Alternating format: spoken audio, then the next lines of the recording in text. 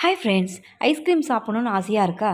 கடையில் போய் இனி வாங்காதீங்க. வீட்டில் அரைமுடி தேங்காய் இருந்தால் ஒரு எம்மி ஐஸ்கிரீம் வீட்டிலே செஞ்சிடலாம்.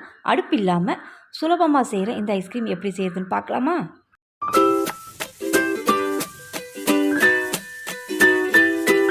தேங்காய் ஐஸ்கிரீம் செய்கிறதுக்கு அரைமுடி தேங்காய் எடுத்துருக்கேன். அந்த பிளாக் ஸ்கின்னை ரிமூவ் பண்ணிவிட்டு இந்த மாதிரி பொடியாக நறுக்கி எடுத்துக்கோங்க. இப்போ இதை ஒரு ஜாருக்கு மாற்றிடலாம். ஜாரு ஒரு மீடியமான ஜார் எடுத்துக்கோங்க, குட்டி ஜாராக இல்லாமல். இப்போ இது கூட ஒரு 2 ஸ்பூன் சுகர் சேர்த்துக்கிறேன். இது கூடவே வாசனைக்காக ஏலக்காய் தூள் சேர்த்துக்கிறேன், ஒரு 1/4 ஸ்பூன் அளவுக்கு. உங்கள்கிட்ட தூள் இல்லைன்னா ஏலக்காய் உள்ளே இருக்கிற விதையை சேர்த்துக்கோங்க. இப்போ இதில் தண்ணி எதுவும் சேர்க்காமல் இந்த அளவுக்கு குறப்பாக அரைச்சிக்கோங்க. தேங்காய் முழுசாக தெரியாமல் நல்லா பூ போல் இந்த அளவுக்கு எடுத்துகிட்டு இது கூட 10 ருபீஸ் அமுல்யா மில்க் பவுடர் எடுத்திருக்கேன். இப்போ இதை கட் பண்ணிவிட்டு இது கூட சேர்த்துக்கலாம். இந்த பேக்கெட்குள்ளே இருக்கிற பவுடரோட அளவு 1 ஸ்பூனுக்கு இருக்கும். உங்கள்கிட்ட தனியாக இருந்தாலும் 1 ஸ்பூன் அளவுக்கு கம்பல்சரி சேர்த்துக்கணும், ஸ்கிப் பண்ணாமல். அடுத்து இது கூட மில்க்மெய்ட் 1.5 ஸ்பூன் அளவுக்கு சேர்த்துக்கோங்க. மில்க்மெய்ட் இருந்தால் சேர்த்துக்கோங்க, அப்படி இல்லைன்னா இதுக்கு பதில் சுகர் ஆட் பண்ணிக்கோங்க. நம்ம சுகர் 2 ஸ்பூன் சேர்த்தோம். மில்க்மெய்ட் இல்லாமல் நீங்கள் வெறும் சுகராக சேர்க்க போகிறீங்கன்னா 6 ஸ்பூன் சுகர் சேர்த்துக்கோங்க, இனிப்பு சரியாக இருக்கும். இப்போ இது கூட பால் காய்ச்சி ஆற வச்ச பால் கொஞ்சமாக சேர்த்து நல்லா ஃபைன் பேஸ்ட்டாக அரைச்சிக்கணும். அப்போ தான் நம்ம சேர்த்துருக்கிற மில்க்மெய்ட், அந்த பால் பவுடர் இதெல்லாமே நல்லா க்ரீமி டெக்ஸ்சர் கொடுக்கும். இப்போ இந்த அளவுக்கு நல்லா அரைச்சி எடுத்துட்டோம். இப்போ அடுத்து என்கிட்ட இருக்கிறது குச்சி ஐஸ் மோல்டு வச்சுருக்கேன். உங்கள்கிட்ட வேறு எந்த மோல்டு இருந்தாலும் அதுலேயே இதை சேர்த்துக்கலாம். மோல்டு இல்லைனாலும் பரவாயில்ல, வீட்டில் இருக்கிற டம்ளர்லேயே நம்ம இதை சேர்த்துக்கலாம். மோல்டில் ஊற்றுறது 3/4 வாசிக்கும் கொஞ்சம் அதிகமாக இந்த அளவுக்கு சேர்த்துக்கோங்க.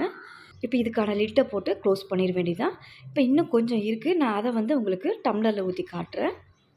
டம்ளர், கிண்ணம், டீ கப்பு அந்த மாதிரி எதுனாலும் நம்ம யூஸ் பண்ணிக்கலாம். இதை நீங்கள் மோல்டு தான் இருக்கணும்னு அவசியம் இல்லை.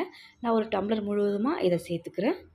இப்போ நம்ம இதை ஃப்ரீசரில் வச்சு ஒரு 6 ஹவர்ஸ் அப்படியே விட்டுருங்க. நல்லா செட் ஆகி வரும். ஒரு 6 ஹவர்ஸ் கழித்து பார்க்கலாம். இப்போ 6 ஹவர் கழித்து நான் எடுத்திருக்கேன்.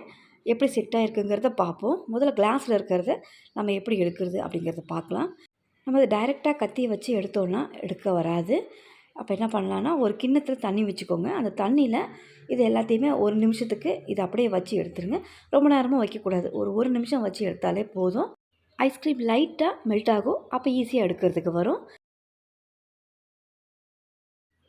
இப்போ 1 நிமிஷம் ஆயிருக்கு. இப்போ எடுத்துடலாம். எடுத்துகிட்டு நம்ம கத்தியை வச்சு லைட்டாக இதை ப்ரெஸ் பண்ணோம்னாலே அழகாக டம்ளர்லேருந்து வெளியில் வந்துடும்.